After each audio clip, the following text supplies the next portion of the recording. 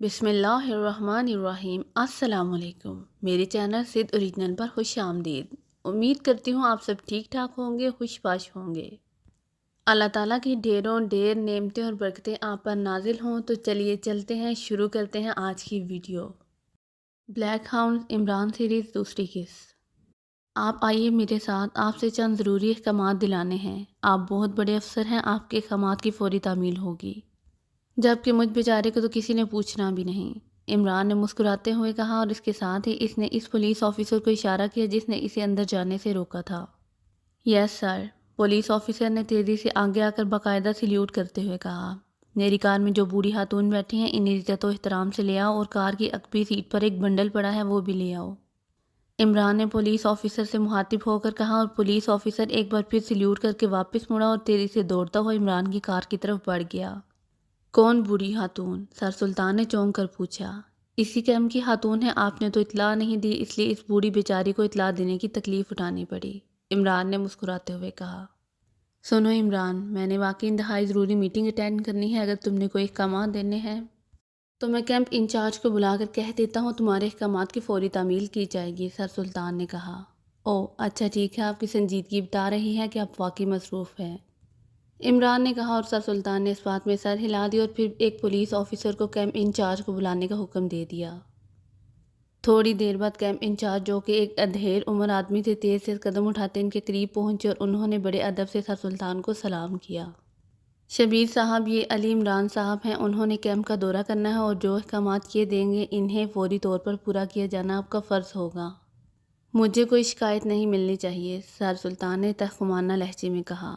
یس سر، camp incharge نے جواب دیا اور پھر حیرت سے عمران کو دیکھنے لگا۔ اب مجھے اجازت ہے، سر سلطان نے عمران کی طرف دیکھتے ہوئے کہا۔ ہاں، اب آپ جا سکتے ہیں، عمران نے مسکراتے ہوئے جواب دیا، اور سر سلطان جلدی سے اپنی کار کی طرف مڑے۔ ڈرائیور نے انہیں کار کی طرف مڑتے دیکھ کر دروازہ کھولا، اور پھر سر سلطان کے اندر بیٹھنے کے بعد اس نے دروازہ بند کیا اور عمران کو سلام کر کے وہ ڈرائیونگ سیٹ پر بیٹھا، اور پھر چند لمحوں بعد کار تیزی سے آگے بڑھی اور ٹرن لیتی ہوئی کمپاؤنڈ گیٹ کی طرف بڑھتی چلی گئی۔ اسی لمحے پولیس آفیسر اس بوڑھی خاتون کو ساتھ لیے اور بنڈل اٹھائے عمران اور کیمپ انچارج کے پاس پہنچ گیا۔ آئیے اماں جی، اب بڑے افسر چلے گئے ہیں، اس لیے اب ہم اندر جا سکتے ہیں، عمران نے مسکراتے ہوئے بوڑھی عورت سے کہا اور مڑ کر کیمپ کے مین گیٹ کی طرف بڑھ گیا۔ آپ کا پورا تعارف اگر ہو جائے تو، کیمپ انچارج نے ہچکچاتے ہوئے کہا۔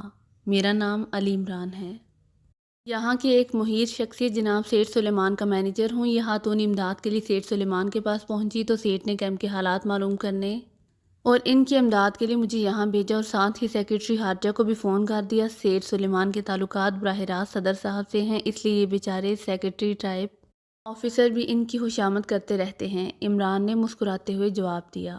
او اچھا جناب، میرا نام شبیر الوی ہے اور میں ہلال احمر کا زونل ڈائریکٹر ہوں اور اس کیمپ کا انچارج بھی ہوں، لیکن سیکرٹری صاحب احکامات کے بارے میں فرما رہے تھے، شبیر نے انتہائی مؤدبانہ لہجے میں کہا۔ آپ گھبرائیں نہیں، احکامات امداد کے سلسلے میں ہی ہوں گے، آپ کی تبدیلی کے نہیں، عمران نے جواب دیا، اور شبیر کے چہرے پر بے اختیار مسکراہٹ آ گئی۔ کیمپ کی وجہ سے عمران بڑی مشکل سے اپنے آپ کو سنجیدہ رکھے ہوئے تھا۔ کیمپ واقعی کافی بڑا تھا اور وہاں صفائی ستھرائی بھی اچھی تھی۔ عمران کیمپ میں گھوم کر دوسری طرف بنے ہوئے ہسپتال کی طرف بڑھ گیا۔ شبیر صاحب، اب پہلا حکم نوٹ کر لیجئے کہ یہاں جتنے بھی افراد ہیں ان سب کے لیے گرم لباس فوری طور پر مہیا کیجیے۔ نمبر 2، ہسپتال میں جس قدر مریض ہیں ان میں سے جتنے افراد کا علاج یہاں ہو سکتا ہے فوری طور پر اس کا بندوبست کیجیے، اور جتنے افراد کا علاج غیر ملک میں ہو سکتا ہے ان کے لیے انتظامات کیجیے، اس کے سارے خراجات سیٹھ سلیمان ادا کرے گا، عمران نے کہا۔ مگر جناب، اس کے لیے تو بہت بڑی رقم چاہیے، اور اتنی رقم تو، شبیر نے حیران ہو کر کہا۔ رقم کی فکر نہ کیجیے، اندازاً کتنی رقم چاہیے ہوگی، عمران نے پوچھا۔ جی میرا اندازہ ہے کہ اس کے لیے 50 لاکھ روپے خرچ آئیں گے، شبیر نے جواب دیا۔ آپ کو 60 لاکھ روپے مل جائیں گے، عمران نے کہا، اور اس کے ساتھ اس نے جیب سے چیک بک نکالی، 60 لاکھ روپے کا چیک کاٹا اور شبیر کی طرف بڑھا دیا۔ اس کی رسید بھی دے دیجیے اور فوری طور پر اسے بینک سے کیش کرائیے، میں بھی یہی ہوں، میرے سامنے کم از کم گرم کپڑے آ جانے چاہیے، عمران نے کہا۔ او سر، ٹھیک ہے سر، شبیر نے حیرت بھرے لہجے میں جواب دیا، شاید اسے توقع ہی نہ تھی کہ عمران اتنی بڑی رقم کا چیک دے گا۔ فکر نہ کریں، یہ چیک فوری طور پر کیش ہو جائے گا۔ اور میں صرف سیر سلیمان کا ہی مینیجر نہیں ہوں، ایک اور مہیر شخصیت کا بھی مینیجر ہوں، اس لیے اتنی رقم کا چیک ان سے بھی دلوا دوں گا، عمران نے مسکراتے ہوئے کہا۔ او وہ کون صاحب ہیں؟ شبیر نے حیران ہو کر پوچھا۔ ان کا نام بھی فیاض ہے اور وہ طبیعت کے بھی فیاض ہیں، عمران نے کہا، اور اس طرف بڑھ گیا جہاں دو بیڈز کے درمیان وہ بوڑھی عورت بیٹھی سے نظر آ رہی تھی۔ پولیس آفیسر بنڈل اٹھائے وہیں کھڑا تھا۔ اماں جی، اس بنڈل میں آپ کے لیے کپڑے ہیں، اور سیٹھ سلیمان صاحب کا حکم ہے کہ آپ فوری طور پر یہ کپڑے پہن لیں، یہاں یقیناً کوئی ایسی جگہ ہوگی جہاں آپ کپڑے تبدیل کر سکتی ہوں گی، یہ پولیس آفیسر آپ کے ساتھ جائے گا۔ جب آپ کپڑے پہن لیں گی تو یہ آپ کو اپنے ساتھ واپس لے آئے گا، میں اس دوران آپ کے بیٹوں سے بات کروں گا، ویسے فکر نہ کریں، آپ کے دونوں بیٹوں کا علاج اب غیر ملک میں ہوگا اور یہ دونوں ٹھیک ہو جائیں گے، عمران نے کہا، اور بوڑھی عورت کی آنکھوں سے بے اختیار تشکر کے آنسو بہہ نکلے اور اس نے ایک بار پھر سیٹھ سلیمان کے حق میں دعا کے لیے ہاتھ اٹھا دیے۔ اور جب وہ پولیس آفیسر کے ساتھ کپڑے تبدیل کرنے کے لیے چلی گئی تو عمران اس کے بیٹوں سے مخاطب ہو گیا۔ عمران نے اپنا تعارف سیٹھ سلیمان کے مینیجر کے طور پر ہی کروایا۔ یہ دونوں جڑواں بھائی لگتے تھے، ان میں سے ایک نے اپنا نام مجتبیٰ اور دوسرے نے مرتضیٰ بتایا تھا۔ عمران ان کے قریب بیٹھا ان کے حالات سنتا رہا۔ کاش ان ظالموں کو کوئی اس ظلم سے روک سکتا، وہ واقعی اپنے نام کی طرح ہونہار کالے درندے ہیں، نہ جانے کتنے مشک باری ان کی درندگی کی بھینٹ چڑھ چکے ہیں، مجتبیٰ نے روتے ہوئے کہا تو عمران چونک پڑا۔ نام کی طرح ہونہار کالے درندے کیا مطلب؟ میں آپ کی بات نہیں سمجھ سکا، عمران نے حیران ہو کر پوچھا۔ وہ ایک پراسرار فوجی گروپ ہے جو اپنے آپ کو بلیک ہاؤنڈز کہلاتا ہے۔ انہوں نے مشک باری مجاہدین پر اس قدر ظلم ڈھائے ہیں اور ڈھا رہے ہیں کہ شاید پوری کافرستانی فوج بھی اپنی درندگی کے باوجود اس قدر ظلم نہ ڈھا سکتی۔ وہ عام مشک باری کو اغوا کر کے لے جاتے ہیں اور ان پر انسانیت سوز ظلم ڈھاتے ہیں، اور پھر ان میں سے اگر کوئی زندہ بچ کر نہیں آتا، ہم دونوں بھائیوں کو بھی وہ اٹھا لے گئے تھے اور 3 روز تک ہم پر انتہائی انسانیت سوز ظلم کیا جاتا رہا، ایسا ظلم کہ آپ اس کا تصور بھی نہیں کر سکتے۔ انہوں نے ہمارے 4 معصوم بچوں کو ہمارے سامنے اس طرح ذبح کیا کہ اس درندگی سے بھیڑوں بکریوں کو بھی کوئی ذبح نہیں کرتا۔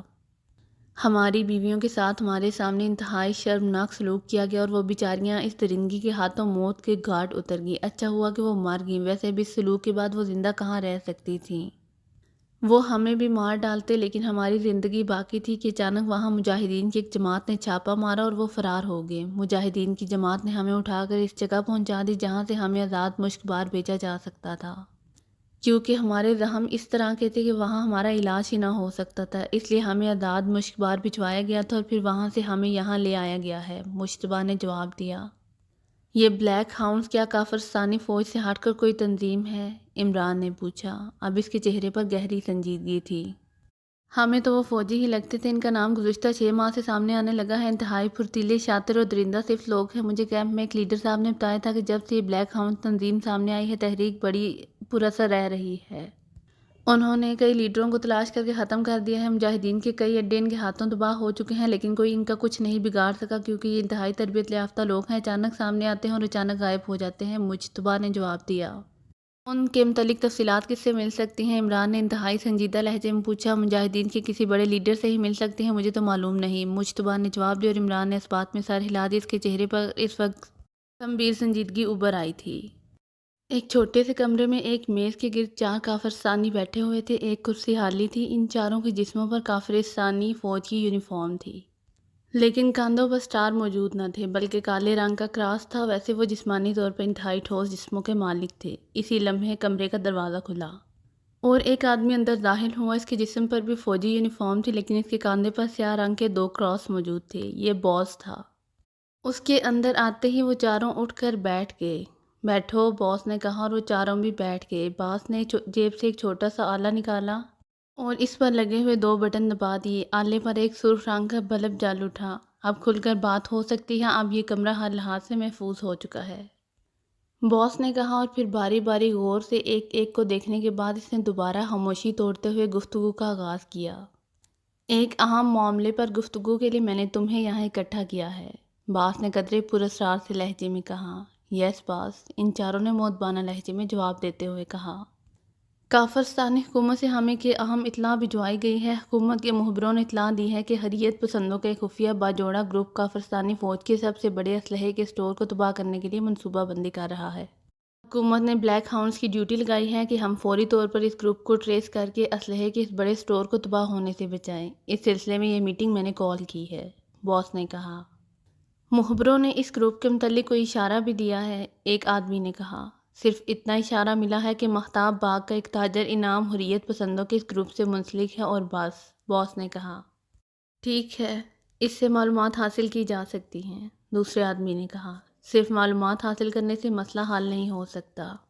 اسلحے کا سب سے بڑا سٹور وادی مشک بار کے علاقے راجوری میں قائم ہے۔ اگر آپ کو میری ویڈیو پسند آئے تو please like, share and subscribe کرنا مت بھولیے گا۔ جزاک اللہ۔